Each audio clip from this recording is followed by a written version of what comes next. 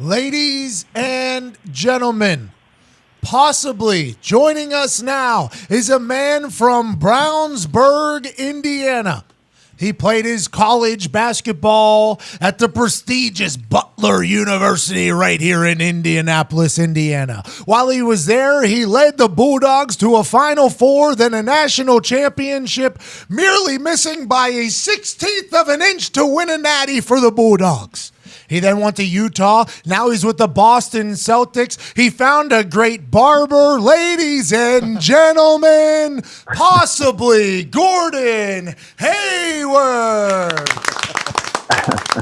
Hey, what's up, Pat? How you doing? Is this actually Gordon Hayward? I got a lot of questions. You text me with a green text message. I got your phone number literally from a random guy at a bar here in Indianapolis. I'm kind of mind blown by the whole thing. I'm a big fan. I hope it's the case. Is this actually Gordon Hayward? This is actually Gordon Hayward. I don't know why you're so upset about the color of the text bubbles. Well, you're going to have to get over that. It's 2019, Gordon. You are a wealthy man. Anytime a blue text message doesn't show up, I'm immediately disgusted. But when it comes from one of the most handsome professional athletes, I guess I can overlook it. Let's get right into this, Gordon. I was reading into you, and I got a chance to learn about you because when I was with the Colts, the Butler Bulldogs were the topic of conversation here in Indianapolis. So much fun, so much energy. And when you guys are making those runs, it was an incredible thing. You came out of high school from a local team here. Was Butler your only school that offered you, aside from tennis, obviously, but for basketball? How did you end up at Butler, and how did you end up a Bulldog? Yeah, so I grew up obviously in Brownsburg, which is close to Butler, but my parents were both Purdue grads. So I was like brainwashed my whole life to go to Purdue, and that's what I wanted to do. Play basketball at Purdue, and I can remember, I think I was a freshman or a sophomore, and my dad was asking me, like, hey, what do you think about Butler? And I was like, yeah, I'd never go there. Like, I'm never going to go to Butler. There's no way. I thought they were a D2 school, to be honest, at the time. And, you know, kind of one thing led to another, and I ended up taking an official visit to Butler and fell in love with it and Coach Stevens and their whole program. But besides them, I got offered by Purdue and I got offered by IUPUI, but that was about it. So I was a late bloomer. Well, the Butler run that you guys had was magical, to say the least, especially for the national championship to happen here in Indianapolis. The entire state of Indiana was behind you. You go on and be the 9th pick for the Utah Jazz. When you got to the NBA, did you assume that you were going to be able to pick it up as easy? Did you expect some troubles, or were you excited to translate into the NBA game? I didn't really know what to expect. Like, I think, you know, I always had a dream of playing in the NBA. I didn't necessarily like think or know that it was going to happen. Certainly didn't think I would leave early from college. And then, you know, to be honest, after when we went to the title game, you know, the next probably 4 or 5 months was just like a whirlwind. I mean, it was immediate, like 2 weeks afterwards, you know, I thought about what I wanted to do. We decided that I was going to leave and try to go play in the NBA. And as soon as, you know, we decided that, then you're thrown into, you know, pre-draft stuff. You're going to combine, then you're going all the way, you know, around the country doing different workouts, just trying to play your best basketball, going from one to the next. I think I ended up doing 14 or 15 plus workouts for different teams. And so I wasn't like a guy that was like, oh, this dude's going to be, you know, a top 10 pick. Like, I was projected anywhere from like 5 to like 25. And so I had no clue where I was going to go, where I was going to be.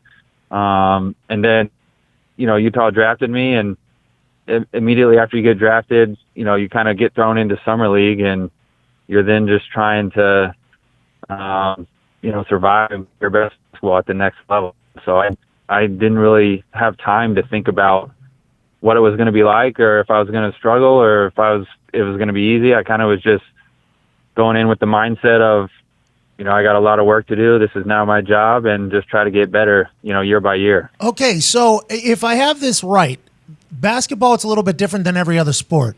You can kind of test the waters of going professional, and then you can decide not to go.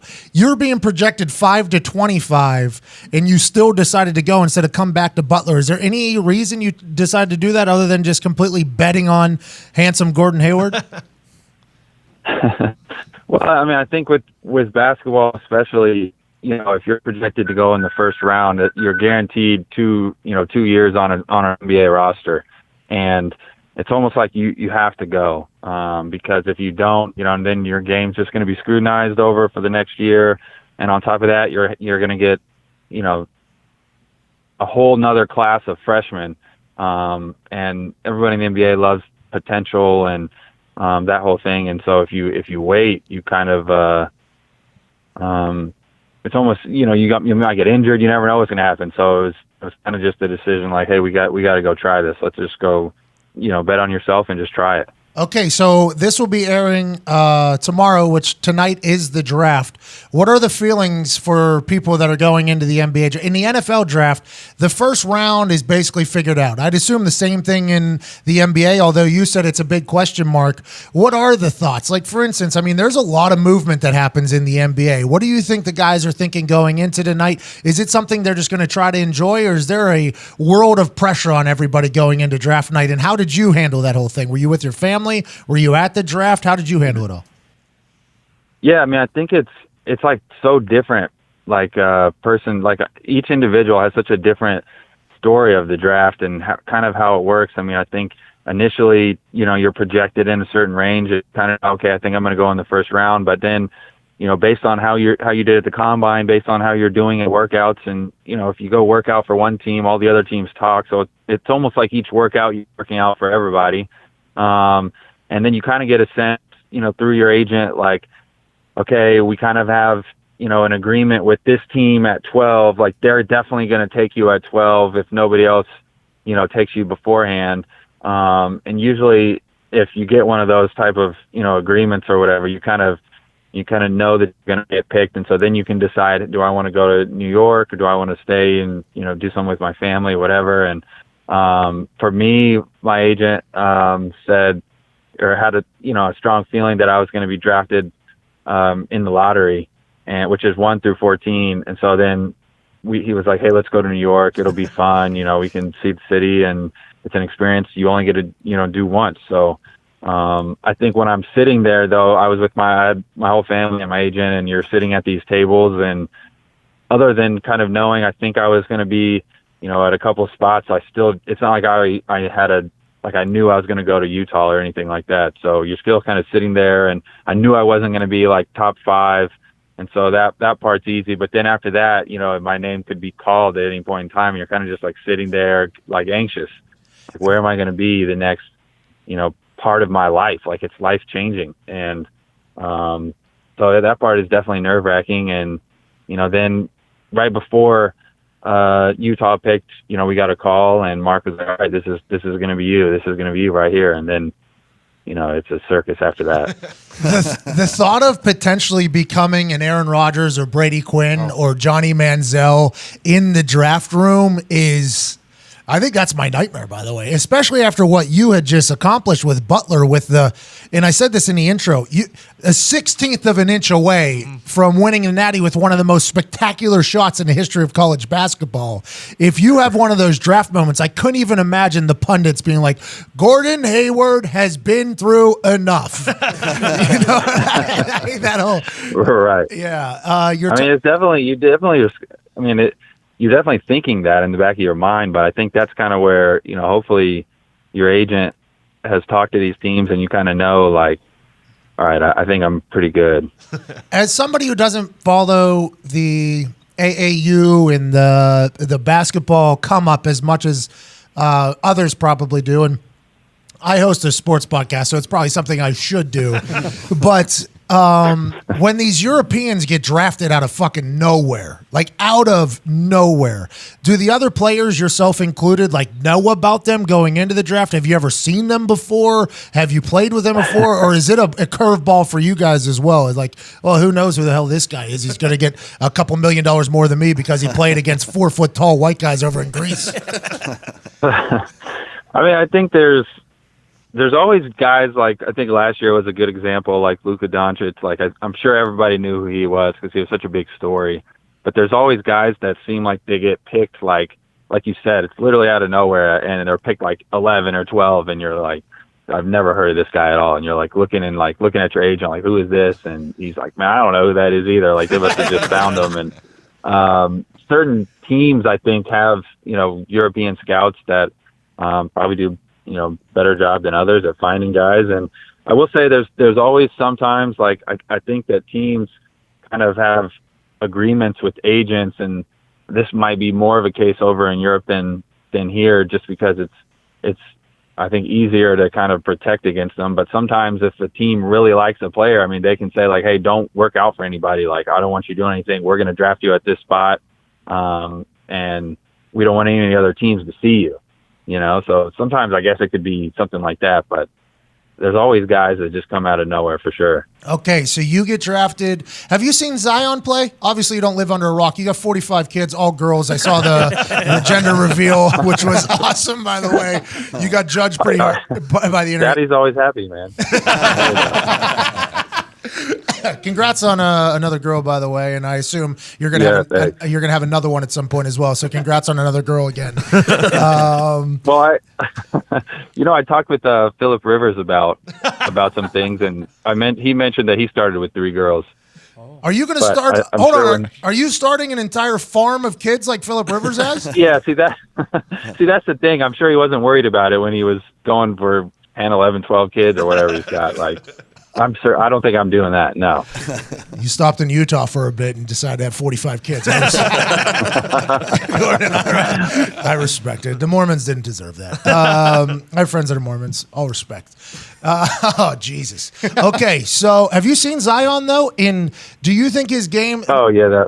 He's incredible, isn't he? Yeah, I mean, when you watch him, I haven't seen him in person, but watching him on TV and seeing some of his highlights, it's just like not fair. I mean, some of the things he's able to do, it's like he should be on the football field. Like the weight that he has and his ability to move and explode up to the rim. I think he's going to be, he's a game changer as soon as he steps on the court. So, I think as long as he doesn't get hurt, I think he's going to be, he's going to certainly sell tickets, to whoever has them, but beyond that, and highlight reels, but beyond that, I think he's a game changer. And in the NBA, it's going to be even, there's more space, there's better playmakers, guys are faster, and so I think he's going to have his way. So, NBA coaches don't always get the credit that other professional coaches get, right? I literally sat behind the Miami Heat bench while they were playing the Indiana Pacers in the finals, and I watched Eric Spoelstra hold a dry erase marker to a dry erase board and not move it one time during an entire timeout. And I think that kind of gets talked about a lot, where they're like, the athletes make the plays. But Steve Kerr, if you watch what he has been able to do with the Golden State Warriors after Jackson leaves, and Brad Stevens with Boston, I think coaching can really help. Maybe not even in the games, kind of let the guys do their things, but in practice, do you think the coaching in the NBA is going to be able to change a player like Zion into a very much well-rounded player? And for you, what did it do for you coming out of Butler to make you a more full-rounded player when you don't have to worry about faking through school? Not that you would, but I'm saying other people, and just fully focusing on basketball. Yeah, I think you hit it like perfectly. I think being able to just only play basketball and work on your game is huge, especially for a young player just able to develop. So, I think it's like the results speak for themselves with the teams and the coaches that they have. You look at the Spurs, them developing players. The Jazz have done a great job developing guys, and so it's really the coach and then the coaching staff, and then also just the culture of bringing in guys and being able to kind of develop their games, and as you would say, making guys more well-rounded. I think that there should actually be I think teams should employ almost like a redshirt program sometimes for guys like they have in college, where you draft an 18-year-old or a 19-year-old who maybe isn't all the way ready to play NBA games, and you literally just let them lift the whole year, eat right the whole year. You could even throw them down again, play in some of the G League games or only play in practice, whatever. And you're giving somebody a whole year just to train. Like, you could come back and just be a monster. Like, I think that would be incredible for somebody that's, 18, 19, still growing. Yeah, the guys are so young getting into the NBA. They just have so much talent, yourself included. I mean, you went to college 2 years, and you couldn't even have not that you do, but you couldn't even have a legal drink yet, and you're in the NBA, and now you're expected to help a franchise win games. The NBA, the way it operates, and I think the NFL should at some point, obviously. If a guy's good enough to make the NFL, let him go, but that is a crazy thought to think like, hey, there's some maturing that has to happen both physically, emotionally, and mentally to become a full pro, and maybe we shouldn't judge him as hard early, let him get better. I think that's a brilliant idea by you. Speaking of growing and maturing both physically and emotionally, so what, you just found a barber and then became like the hottest guy on earth when you got rich? What happened with this whole thing? I really did. Like, I was going to Great Clips. Like, that was, the deal. My mom just took me to Great Clips and just got the normal haircut, got out of the shower, just whatever, you're ready to go. And I think originally my wife was like, hey, you should come see this guy that I go to. He cuts men's hair too. And at the time I was like, no, hell no way. I'm not doing that. Like, but I ended up just going and getting the haircut. And I think when you have a good haircut and, you just like the way that it makes you feel, and kind of just start from there. Look good, feel good. Feel good, play good. There you go. Play good, pay good. Pay good, live good. Live good, die good. And that's all we're trying to do here. Speaking of... So you added some onto that. I didn't know those other things you added on. Well, Deion Sanders had that first batch there, and then the live good, die good thing. It's really all we're about here. If I can add a little something to one of the greatest football players of all time, it feels good. But I remember whenever you were up for free agency coming out of Utah, and all the talk was about how attractive you got in Utah because it seemed like people had forgot about you, and how you were this highly sought-after free agent. Brad Stevens ends up in Boston. Was there any chance of you going anywhere else other than to rekindle with Brad Stevens again? Yeah, I mean, I think I took 3 visits. I took one to Miami, took one to Boston, and then met with the Utah guys in San Diego. And all 3 of them were, I think I remember calling my agent after all of them being like, I'm going here. I went to Miami first, and I remember calling him and thinking like, this is the spot. Like, well, I don't have to, let's cancel the other ones. I'll just sign right now. And, he's like, no. He's like, you're going to feel that way after all these. And so there's definitely a chance that I, wouldn't have ended up in Boston. I think, it was an unbelievably hard decision for me to make. But, it was just, familiarity with Brad, and I loved the way that the Boston team was set up, and I liked Danny a lot as well, and so that's kind of, then I just decided to make that decision. But there was very well could have ended up in the other 2 spots.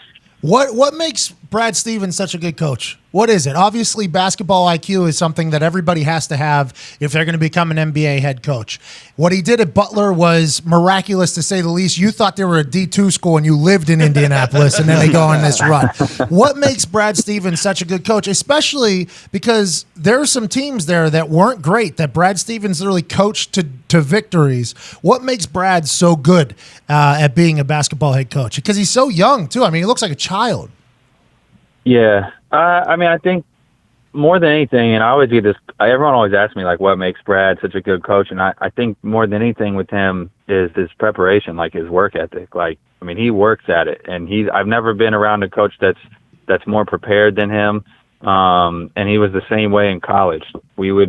I can remember in college going over plays, because you have more time to prepare in college for teams. You're only playing twice a week. And I can remember going over plays against our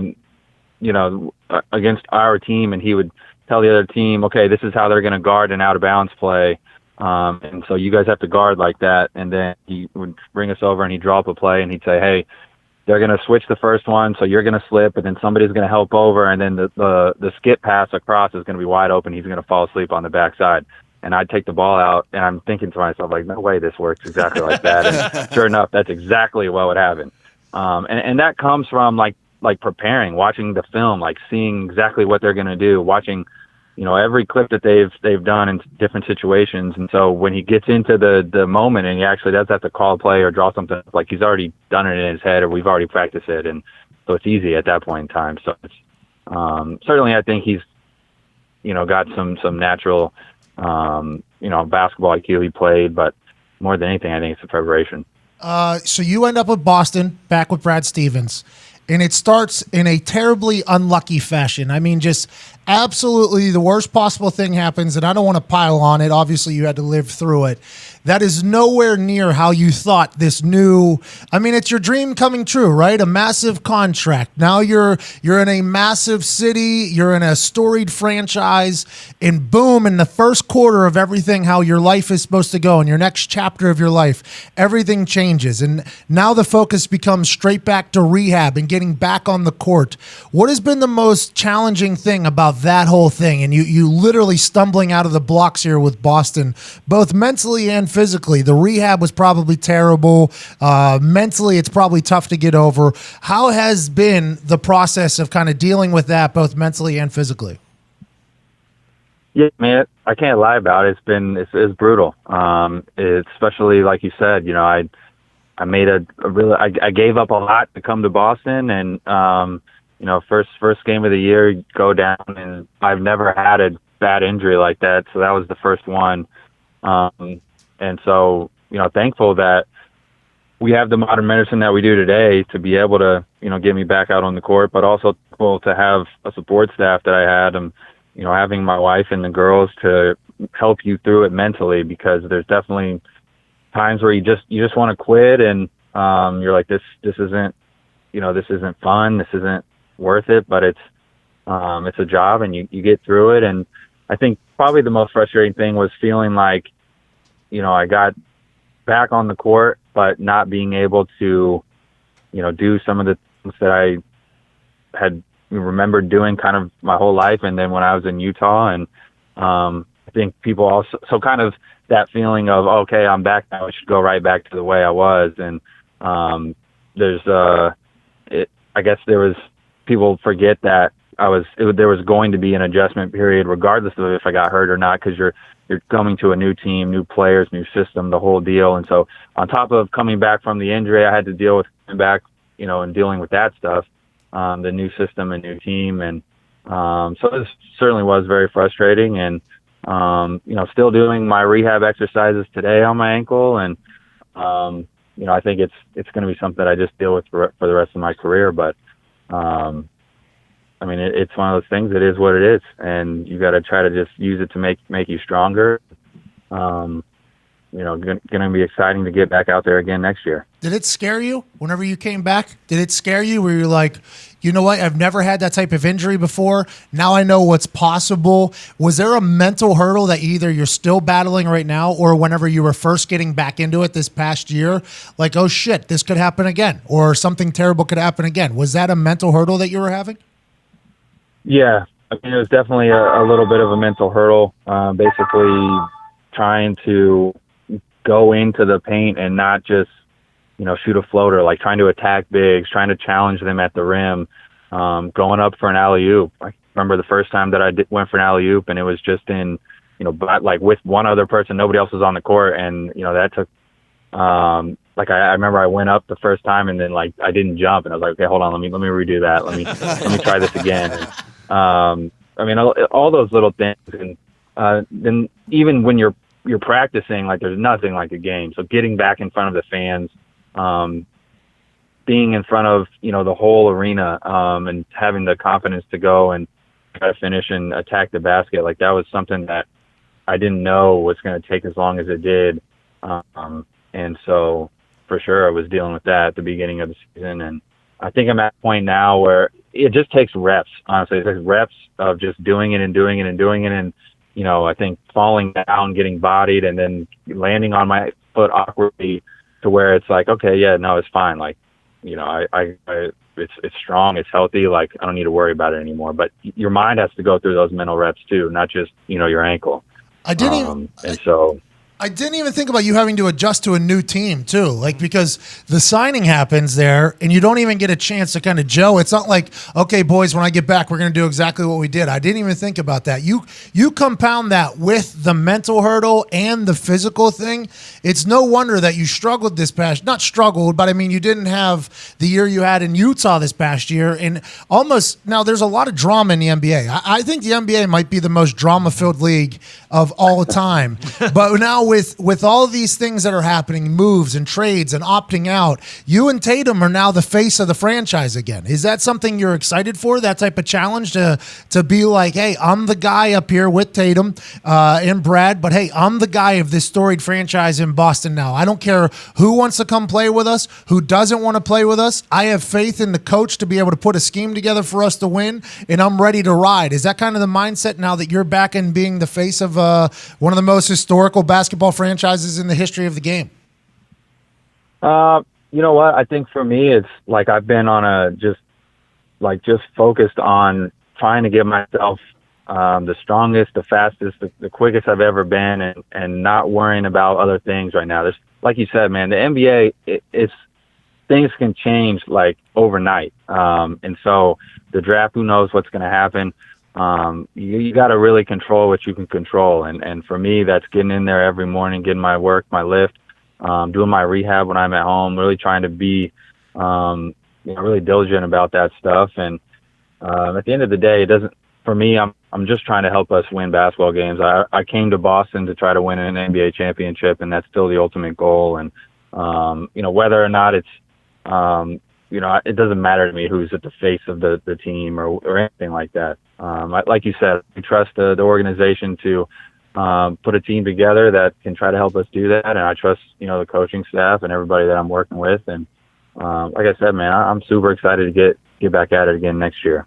Who's some people or some players on the Celtics, because you got to watch a lot of the practices, I assume, and got to watch a lot whenever you're injured, and even last year as you're trying to get back in it. Who are some younger players that Celtics fans should be excited about that are going to potentially get some shine this upcoming year? Well, I think, everybody saw a lot of our younger players in action. We had our team was so deep. I think throughout the year, I think different guys had different times where they really shine. I think certainly, like you just said, I don't know what our team's going to look like come next season. But I have had a chance. Rob Williams has been in the gym with me this summer, and I think he's somebody that, as long as he continues to work, there's definitely an adjustment when you are in college, and then when you get to the NBA, you got to learn how to have the right work ethic and how to be a professional. And I think he's somebody where the sky's the limit for him, man.